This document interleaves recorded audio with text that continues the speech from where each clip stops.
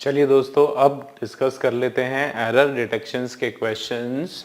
देखिए डायरेक्शन आपके सामने क्वेश्चन नंबर 11 to 15 का क्या डायरेक्शन है। A sentence is given with 4 parts A B C D, find out which part has an error. Error पता करना है। In case of no error mark E as the answer. Last में E दिया रहेगा, उसके हिसाब से नो एरर हुआ तो मार्क ई हो जाएगा। मतलब बेसिकली ये आपके 5 क्वेश्चंस हैं, 11 से लेके 15 तक एरर डिटेक्शन के क्वेश्चंस है। और ये भी आपका एरर डिटेक्शन जो है दोस्तों 5 मार्क्स कवर कर रहा है। ठीक है, तो ये भी उतना ही इंपॉर्टेंट है जितना कि आपका क्लोज टेस्ट है। देख लेते हैं, क्वेश्चन नंबर 11 आपके सामने है। Autumn is the driest season. First में क्या बोला जा रहा है कि ऑटम का जो सीजन होता है, पतझड़ का जो सीजन होता है वो सबसे सूखा सीजन माना जाता है, ड्राइएस्ट सीजन माना जाता है। यहाँ पर कॉमा है। Winter receives the least precipitation than summer. Winter जो होता है, ठंडी जो होती है, वो क्या करती है, रिसीव करती है सबसे कम प्रेसिपिटेशन दैन। दोस्तों यहाँ पे आप देखो, ये आपकी सुपरलेटिव डिग्री है लीस्ट, ठीक है। और यहाँ पे कंपैरिजन की बात हो रही है, मतलब कहीं ना कहीं बी में कुछ तो गड़बड़ है। देख लेते हैं आगे। तो then summer yet the weather patterns, ठीक है, yet the weather patterns in Switzerland are not in a stable climate pattern। मतलब yet the उसके बावजूद जो है, ये सब होने के बावजूद जो है, स्विट्जरलैंड में जो वेदर पैटर्न है वो क्या नहीं है, स्टेबल क्लाइमेट पैटर्न फिर भी नहीं माना जाता है। तो ये तो हमने समझने की कोशिश की कि यहाँ पे सीजन्स की बात हो रही है, ऑटम सीजन की बात हो रही, विंटर सीजन की बात हो रही है, और कहाँ पर, स्विट्जरलैंड के वेदर की बात हो रही है। अब हम लोग देखते हैं कंसेप्ट पर। पहला वाला हम लोग देखते हैं। देखो, autumn is the driest season. Autumn जो होता है वो सबसे ड्राइएस्ट सीजन होता है। सुपरलेटिव डिग्री की बात हो रही है, ठीक है। EST लग गया, मतलब ये आपका सुपरलेटिव फॉर्म में है, डिग्री में है, ठीक है। और देखो ऑटम इज, तो ये आपका सब्जेक्ट और वर्ब का एग्रीमेंट भी बराबर है। ये सिंगुलर सब्जेक्ट है तो ये आपका सिंगुलर वर्ब हो गया, इसमें कोई प्रॉब्लम नहीं। फर्स्ट वाला जो है हमारा करेक्ट लग रहा है, ठीक है। दूसरा देख लेते हैं हम लोग, सेकेंड वाला। Winter receives the least precipitation than. जैसे कि मैंने बताया था, अगर देन आया दोस्तों, भाई देन आया DHAN वाला, मतलब ये डिग्री जो है ये कौन सा है, ये कंपैरिजन हो रहा है यहाँ पे, ठीक है। यहाँ पे कंपैरिजन हो रहा है। अगर कंपैरिजन होता है तो यहाँ पे जो है हम लोग कंपैरेटिव डिग्री लगाते हैं। मतलब आपका लीस्ट जो है ये नहीं आने वाला है, लेस आपका राइट वर्ड है, ठीक है। लीस्ट आपका वर्ड नहीं होगा, लेस हो जाएगा, ठीक है। इसका कंपैरेटिव फॉर्म जो है लेस होता है।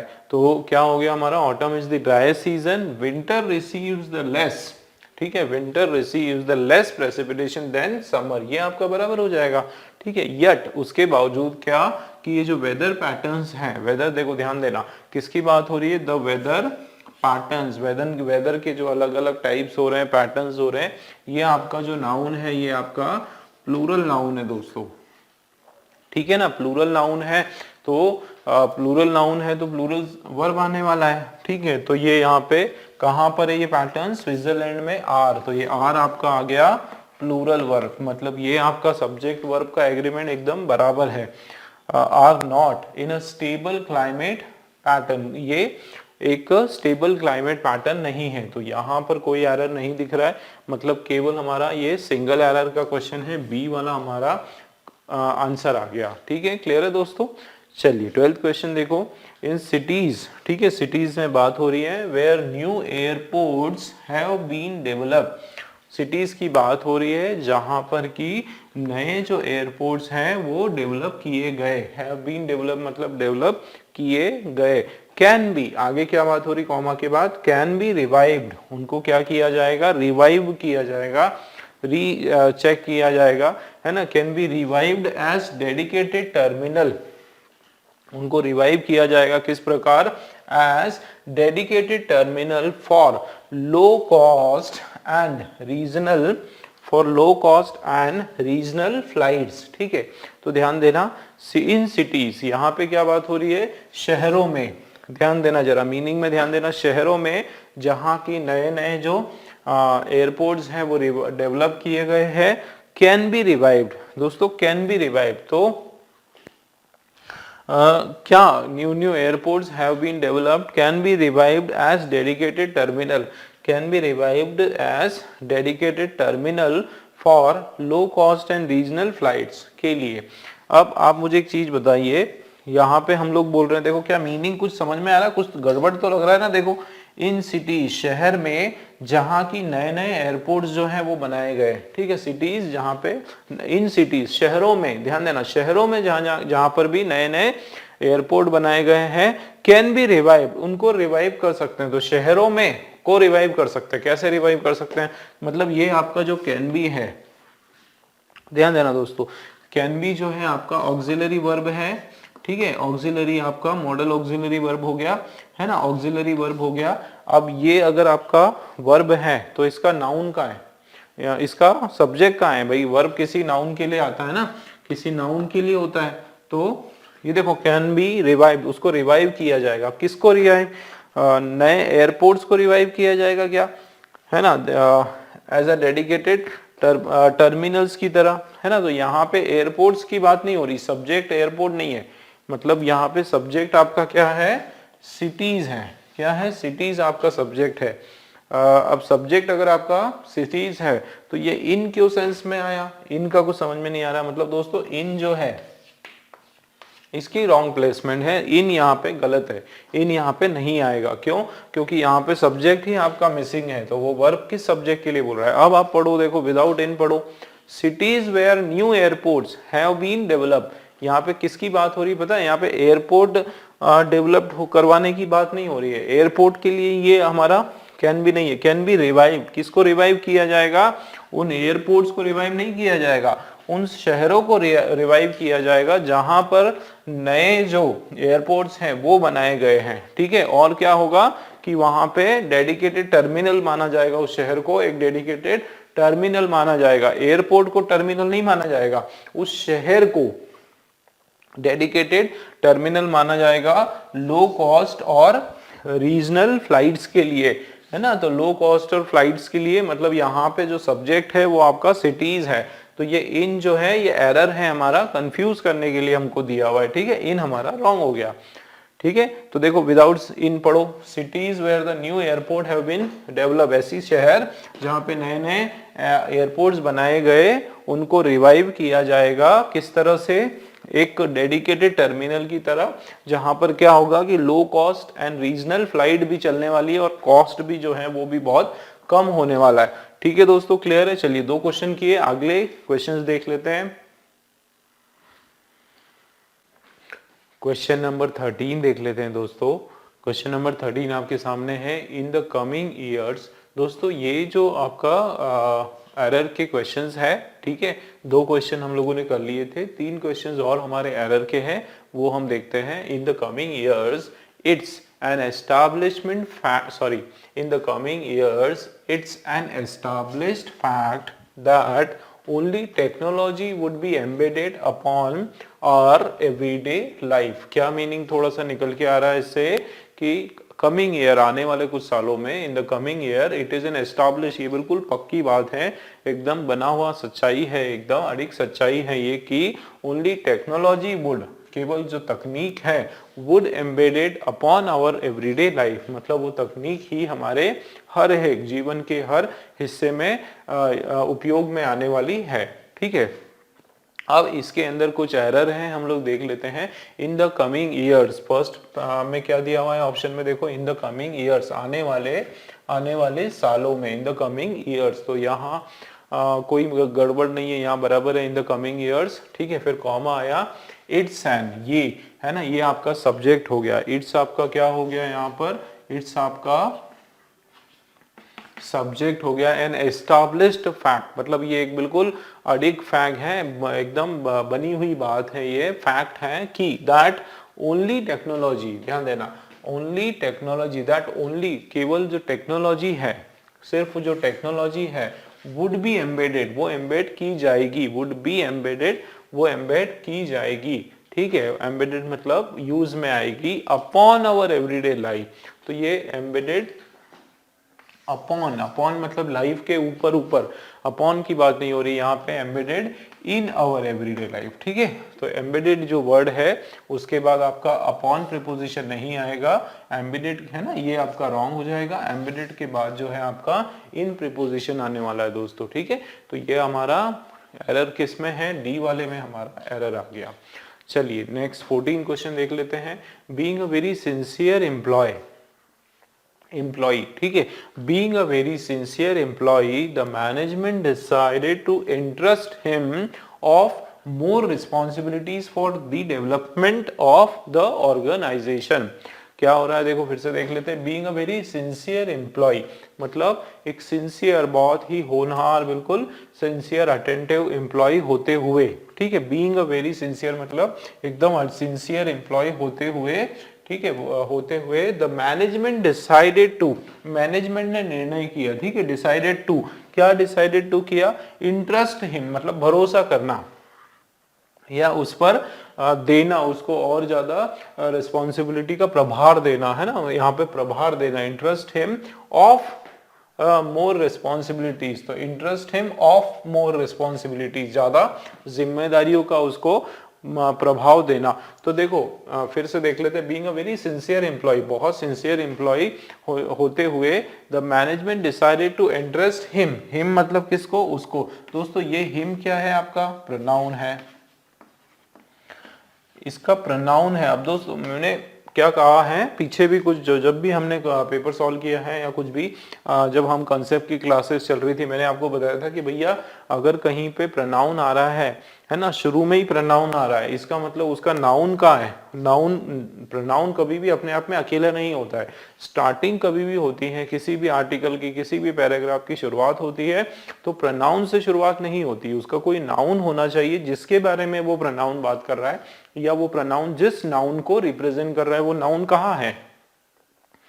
आप देखो यहाँ पे क्या हो रहा है, being a very sincere employee होते हुए, ठीक है, the management decided to interest him, management decided to interest, उसको मैनेजमेंट ने डिसाइड किया कि इंटरेस्ट करें। तो यहाँ पर आपका स्टार्टिंग किसको करें, तो मतलब यहाँ पे कुछ तो मिसिंग है, मतलब यहाँ पे बीइंग अकेला नहीं आएगा, यहाँ पे हो जाएगा ही बीइंग, है ना, उसकी बात हो रही है। He being a very sincere employ management decided to interest him, management ने डिसाइड किया कि हम उस पे और रिस्पॉन्सिबिलिटी उसको इंटरेस्ट करें, उसको दें, ऑफ मोर रिस्पॉन्सिबिलिटीज, है ना, of more interest him of more responsibilities for the development of the people, for the development of the people.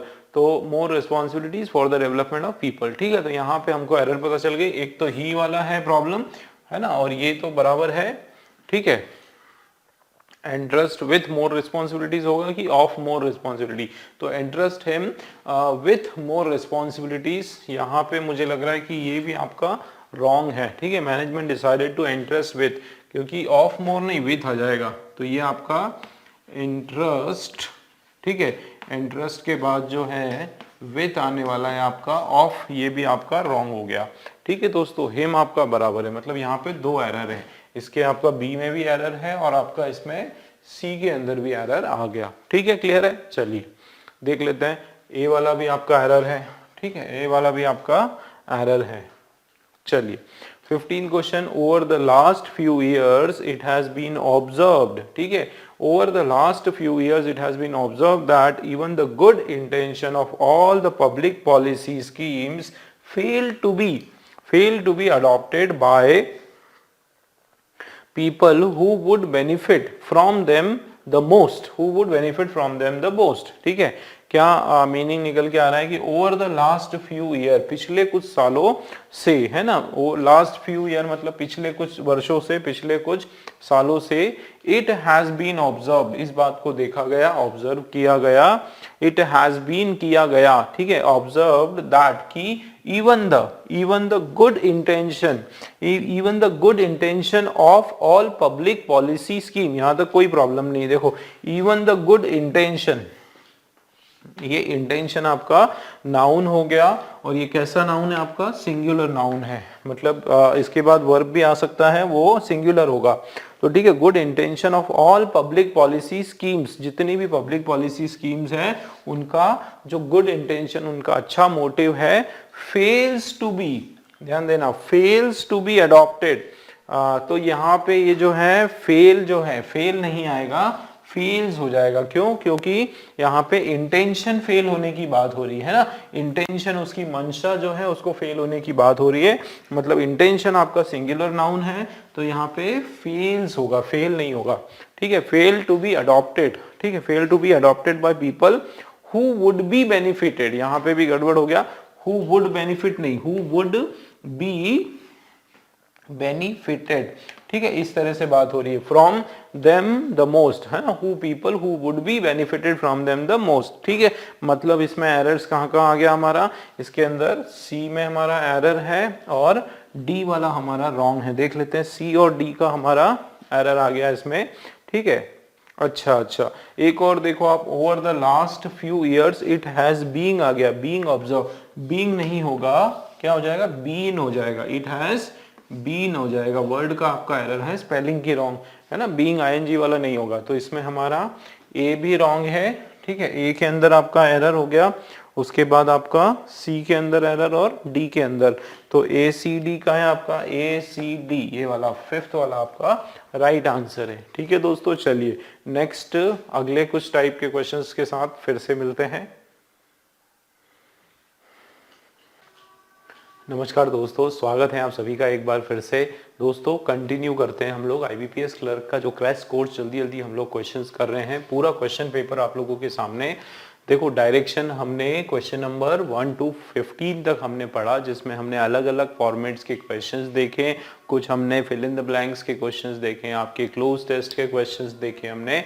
ये जो पोर्शन है दोस्तों, 5 जो क्वेश्चंस हैं आप लोगों के सामने, 16 to 21 क्वेश्चंस हैं। ये क्वेश्चंस दोस्तों आपके फ्रेज रिप्लेसमेंट के क्वेश्चंस हैं, ये भी आपके 5 मार्क्स कवर करते हैं। ठीक है, फ्रेज रिप्लेसमेंट के क्वेश्चंस है। देखो डायरेक्शंस में किस तरीके से आपके क्वेश्चन पेपर में लिखा हुआ आएगा, ये इस तरीके से कि अ sentence is given with a part highlighted, उसका एक पार्ट जो है हाईलाइटेड है। देखो ये हमारा क्वेश्चन नंबर 16 है, यहां से लेके आपका यहां तक पूरा क्वेश्चन नंबर 16 है। इसमें देखो क्या दिया हुआ है, a sentence is given with a part highlighted, find out whether that part need an improvement and answer accordingly. In case of no improvement, mark E as your answer. Question ये है हमारा, इसमें आप देखें कि एक आपका जो है ये कलर्ड पार्ट है। ठीक है, पूरे उसमें ये वाला पोर्शन जो है आपका कलर्ड पार्ट है। आपको बस इसके अंदर देखना है कि यहाँ पर किसी इंप्रूवमेंट की ज़रूरत है या नहीं है, मतलब इस पोर्शन में कोई एरर है या नहीं है।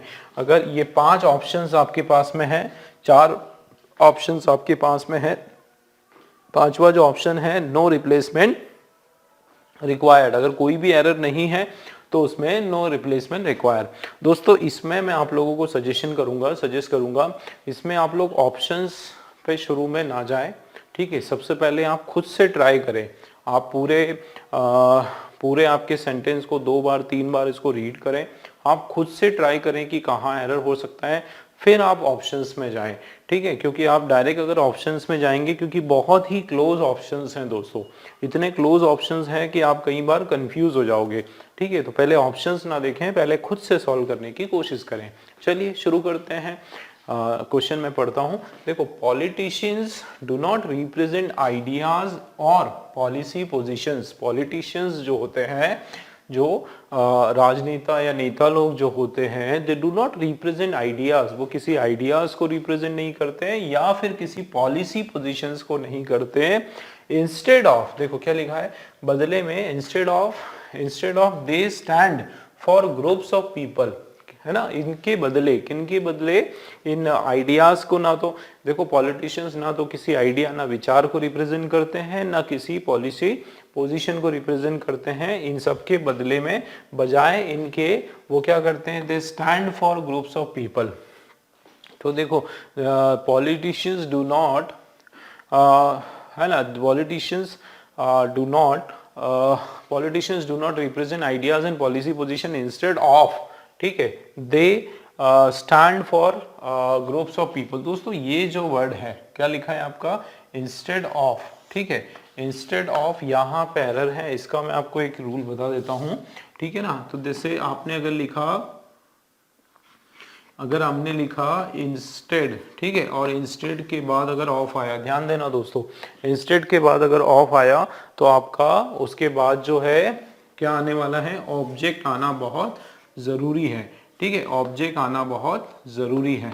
मतलब इंस्टेड ऑफ के बाद जो है आपका ऑब्जेक्ट आएगा, ठीक है। इंस्टेड ऑफ जैसे दे के बदले क्या हो सकता था, देम हो सकता था, इंस्टेड ऑफ देम, उनके बदले। तो इंस्टेड ऑफ जो है वो कब लगाओगे, इंस्टेड के साथ ऑफ कब लगाओगे, ऑब्जेक्ट लगाओगे।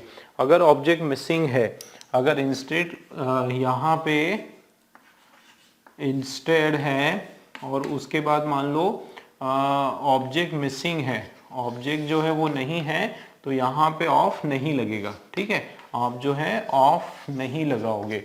मतलब देखो यहाँ पर ऑब्जेक्ट नहीं है, instead of they stand, we stand, instead of they stand, ठीक है, for they stand for groups of people. तो यहाँ पे ऑब्जेक्ट आपका मिसिंग है, इसका क्या मतलब है दोस्तों कि ये इंस्टेड ऑफ नहीं आने वाला है, ठीक है। तो देखो आपको क्या करना है, आपको क्या करना है, जिसमें वो वाले ऑप्शंस आप लोगों को चूज करना है जिसमें ऑफ नहीं है, ठीक है। ऑफ वाले ऑप्शंस को चूज मत करो, ऑफ नहीं है वो वाले ऑप्शंस देखो, देखो इसमें ऑफ है तो ये ऑप्शन नहीं आएगा, बिल्कुल कट कर दो आप, ठीक है। उसके बाद इंस्टेड दे, ये हो गया, देखो इंस्टेड दे, इंस्टेड, अच्छा उसके बाद एक चीज तो पक्की हो गई कि आप इंस्टेड को चेंज नहीं करोगे, है ना, इंस्टेड है ना। देखो politicians do not represent the ideas और पोजीशन, इंस्टेड देके उसके बदले वो क्या स्टैंड करते हैं, ग्रुप्स ऑफ पीपल के बदले, है ना। वो लोग किसके लिए टिकते हैं, देखो डिस्पाइट दे, तो डिस्पाइट तो यहाँ पे नहीं होगा, दे स्टैंड फॉर, या फिर बिकॉज ऑफ दे,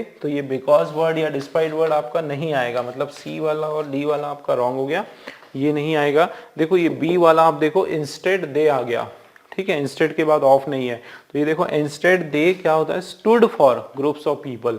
तो यहाँ पे पुरानी कोई बात बता रही है कि पॉलिटिशियंस जो है वो क्या नहीं करते, आइडियाज या पॉलिसी पे वो पोजीशंस पे नहीं काम करते, उसके बदले वो क्या करते हैं, वो दे स्टूड फॉर, वो केवल एक किसी ग्रुप ऑफ पीपल के लिए ही हमेशा खड़े रहते हैं, ठीक है। तो यहाँ पर ये किसकी बात हो रही दोस्तों, बी वाला हमारा राइट है, instead they stood for group of people, ठीक है। क्लियर है किस तरीके से करा। देखो दोस्तों यहाँ पे क्यों मैंने इसको कट कर दिया सी और डी को, क्योंकि आपका इंस्टेड वर्ड में कोई प्रॉब्लम नहीं, ठीक है, इंस्टेड वर्ड का जो मीनिंगफुली भी यहाँ पे वो एकदम सही लग रहा है। तो जब इंस्टेड मीनिंग वाइज यहाँ पे ठीक सही इसका प्लेसमेंट है, तो ये फिर दूसरा शब्द देखना नहीं, आप जितना डिटेल उसमें देखोगे तो आप कंफ्यूज हो जाओगे, है ना। इसलिए ये दो बिल्कुल, ये इंस्टेड का रिप्लेसमेंट नहीं चाहिए तो ये दो कैंसिल, ऑफ नहीं चाहिए तो ये कैंसिल, आपका instead they stood for group of people, ये आपका बिल्कुल ठीक हो गया, सही है, ठीक है दोस्तों। चलिए नेक्स्ट क्वेश्चन देख लेते हैं, क्वेश्चन नंबर 17 देख लेते हैं। देखो क्या लिखा है, the smooth passage of insurance bill through the Lok Sabha is the best news which India has have in recent years. फिर से देख लेते हैं कि the smooth passage of insurance bill, किसकी बात हो रही है, इंश्योरेंस बिल की बात हो रही है। स्मूथ पैसेज मतलब उसका सही आगे बढ़ना कहाँ पे, through the Lok Sabha, Lok Sabha is the best news, मतलब क्या हुआ कि जो इंश्योरेंस बिल है वो बहुत ही आराम से पास हो गया, कहाँ पे पास हो गया, लोकसभा में, ठीक है। और उसका कारण क्या है, क्यों पास हो गया, इज द, अच्छा ये सबसे बेस्ट न्यूज है, क्या लिखा है, is the best news which India has have in recent year.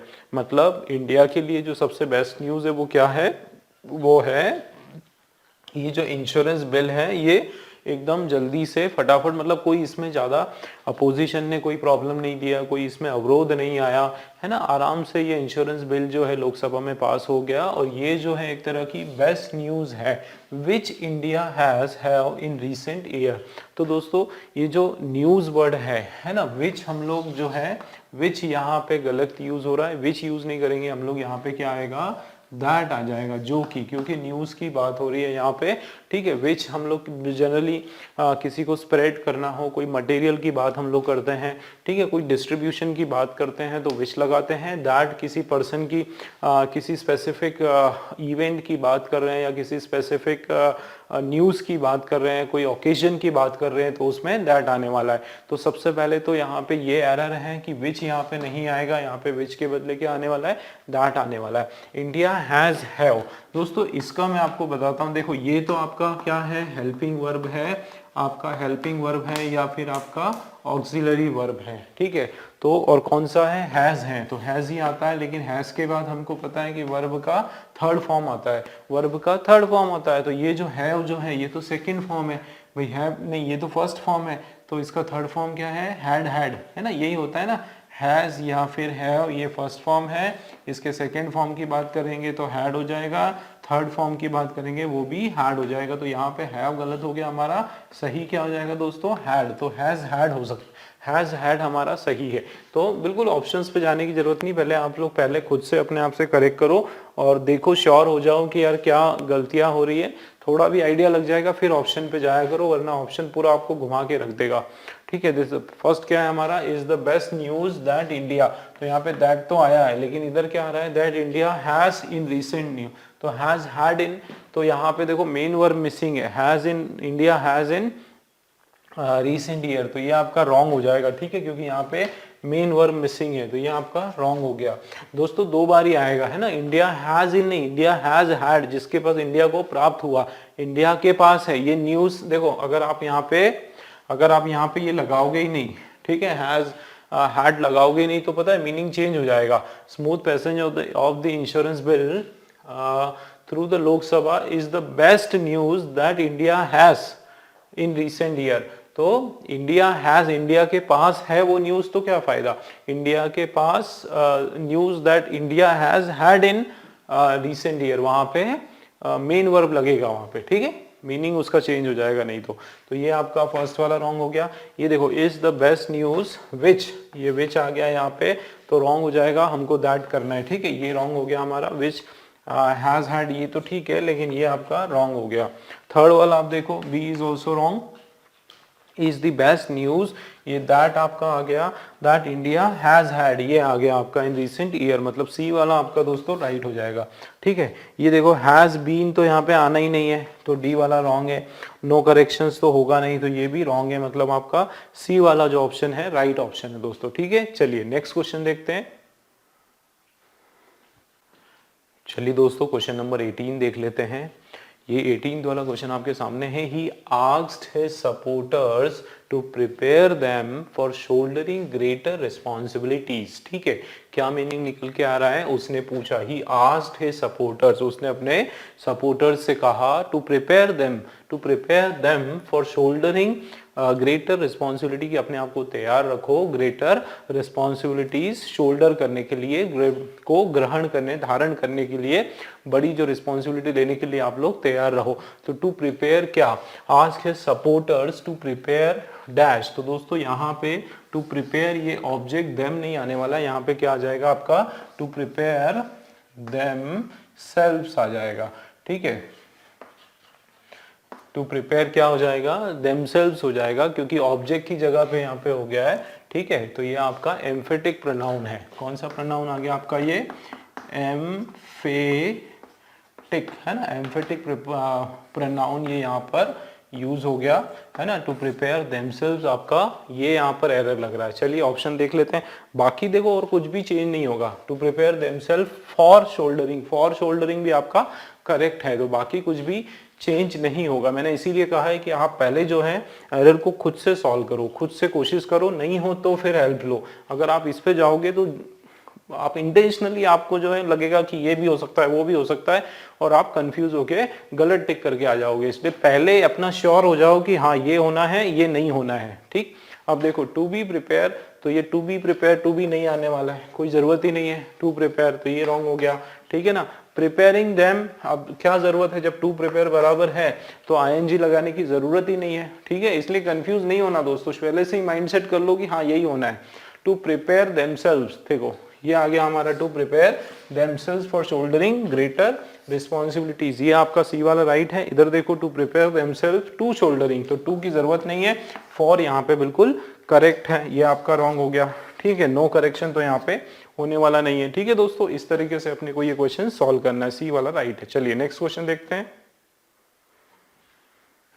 दोस्तों। क्वेश्चन नंबर 19 देख लेते हैं। For the old, it is only a few benches or steps of old building, ठीक है, to sit and brood at days gone away। क्या meaning इसका हो रहा है कि फॉर द ओल्ड, इसका मतलब जो ओल्ड एज पीपल हैं, जो ओल्ड एज सिटीजन्स हैं, उन लोगों के लिए, देखो फॉर द ओल्ड मतलब उन लोगों के लिए it is only a few benches, केवल कुछ बेंचेस ही बची हुई वहां पे रखी गई है, या फिर कुछ स्टेप्स ही रखी गई है ऑफ द ओल्ड बिल्डिंग। कहाँ पे? ओल्ड बिल्डिंग में। ठीक है, अब हमको इसके अंदर देखना है कोई करेक्शन है या नहीं है। ओल्ड बिल्डिंग टू सिट, किसके लिए? ओल्ड बिल्डिंग टू सिट, बैठने के लिए। टू सिट का मतलब हो रहा है यहाँ पे बैठने के लिए, तो ये टू सिट तक तो ठीक है। And brood at days gone away, तो दोस्तों यहाँ ये आपका एरर हो गया। क्या एरर हो गया कि ब्रूड एट नहीं होता, ये आपका जो है फ्रेजल प्रीपोजिशन है। क्या है ये? ब्रूड जो है, ब्रूड जो होता है, ब्रूड जो है उसके बाद बाय आता है। ठीक है, ब्रूड बाय मतलब देखते रहना, निहारते रहना, चीजों को टकटकी लगा के देखते रहना, वो सेंस में हो रहा है। तो ये ब्रूड एट नहीं होगा आपका, ये आपका एरर हो गया। ब्रूड एट नहीं होने वाला है, ब्रूड बाय होने वाला है। Days, brood by days gone, नहीं ब्रूड एट, सॉरी यहाँ पे गलत हो गया। ब्रूड बाय नहीं, ब्रूड ओवर है ना, बाय नहीं ओवर हो जाएगा, ब्रूड ओवर। ठीक है, बाय इसमें होगा, गॉन बाय में, ब्रूड ओवर हो जाएगा। ठीक है, ब्रूड ओवर किसके किसके ऊपर देखा जाना है? ब्रूड ओवर डेज, ये आपका हो जाएगा। ठीक है ना, brood over days gone away, तो गॉन अवे नहीं होगा, गॉन बाय, मतलब जैसे ही दिन जो है वो बीतते जाते हैं तो उनके लिए गॉन यहाँ पे आपका बाय हो जाएगा, अवे नहीं होगा। ठीक है, तो देखो दो मिस्टेक हमारी हो गई। क्या? For the old it is only a few benches और steps of old building to sit and brood over. ठीक है, brood over days gone by, तो दो करेक्शंस हैं, एक ओवर और डेज। देख लेते हैं इसमें, to sit and brood at days और गॉन ऑफ, तो ऑफ तो यहाँ पे होगा नहीं। ठीक है, हमने जो एरर निकाला to sit and brood over आ जाएगा डे एंड गॉन बाय। ये वाला सी वाला आपका करेक्ट है दोस्तों। देखो इसी तरीके से इसको करना हमको चाहिए। पहले फुल श्योर हो जाओ, फुल अपनी कोशिश करो कि हाँ ये एरर हो सकता है और इसका करेक्शन ये हो सकता है, उसके बाद आप इस पर जाओ। क्योंकि कई बार ऐसे वर्ड्स आ जाते हैं कि आप उसमें पूरी तरीके से बिल्कुल कंफ्यूज हो सकते हो आप। ठीक है, तो ये देखो यहाँ पे to sit and brood at the days gone off, gone off जो चला गया, बीत गया, तो ऑफ नहीं आएगा, ऑफ के कारण ये रॉन्ग हो गया। इधर to sit and brood for the days, brood for the days गलत कॉम्बिनेशन है। ठीक है, ये यहाँ पे रॉन्ग हो गया। To sit and brood over, ये सही हो गया। To sit and brood for the days, वापस से for the days gone by हो गया, तो ये भी रॉन्ग हो गया। ठीक है दोस्तों, इस तरीके से हमने किया। चलिए मिलते हैं अगले कुछ टॉपिक के बाद।